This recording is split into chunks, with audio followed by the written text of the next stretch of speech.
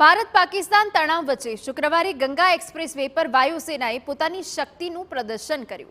Rafale, jaguar અને Sukhoi જેવા લડાકુ વિમાનો જલાલાબાદ શાહજહાંપુરમાં બનેલી હવાઈ પટ્ટી પર ઉતર્યા, જેની એક ઝલક આપને બતાવીએ.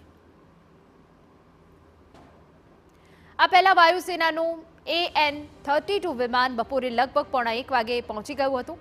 વિમાન લગભગ 5 મિનિટ સુધી ચક્કર લગાવી રહ્યું હતું અને પછી રનવે પર લેન્ડિંગ કરવામાં આવ્યું. આ વિમાને અહીંથી લગભગ 1 વાગે ઉડાન ભરી. વાયુસેનાના હેલિકોપ્ટર પર રનવે પર ઉતર્યા. ગંગા એક્સપ્રેસ વે પર લગભગ 1.5 કલાક સુધી એર શો ચાલ્યો. ફાઇટર વિમાનોએ હવામાં એક્રોબેટિક્સનું પ્રદર્શન કર્યું. આ જોઈને શાળાના બાળકો અને ત્યાં હાજર લોકો રોમાંચિત થઈ ઉઠ્યા. રાત્રે પણ રનવે પર ફાઇટર પ્લેન ઉતરશે. આ પહેલી વાર હશે જ્યારે એક્સપ્રેસ વે પર ફાઇટર પ્લેનનું નાઇટ લેન્ડિંગ થશે. આ સમય દરમિયાન કટરા જલાલાબાદ હાઈવે 3 કલાક માટે બંધ રહેશે. વાયુસેનાના એર શોનો હેતુ યુદ્ધ કે આપત્તિના સમયે આ એક્સપ્રેસ વેનો વૈકલ્પિક રનવે તરીકે ઉપયોગ કરવાનો છે. ગંગા એક્સપ્રેસ વે પર બનેલ આ દેશની પહેલી એવી હવાઈ પટ્ટી છે જ્યાં ફાઇટર વિમાનો દિવસ અને રાત બંને સમયે ઉતરાણ કરી શકશે. સુરક્ષાના દ્રષ્ટિકોણથી રનવેની બંને બાજુ લગભગ 250 સીસીટીવી કેમેરા છે.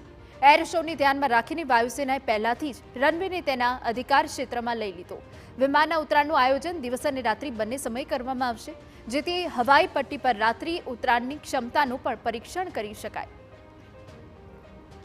ગંગા એક્સપ્રેસ વે શાહજહાંપુર જિલ્લાના 44 ગામડાઓમાંથી પસાર થાય છે. અહીં તેની લંબાઈ લગભગ 42 કિલોમીટર છે. મોટાભાગના સ્થળોએ એક્સપ્રેસવેનું બાંધકામ લગભગ પૂર્ણ થઈ ગયું છે. જલાલાબાદના પીરુ ગામ નજીક 3.5 કિલોમીટર લાંબી હવાઈ પટ્ટી બનાવવામાં આવી છે, જ્યાં વાયુસેનાના ફાઇટર જેટ ફક્ત રાત્રે જ ઉતરી શકશે.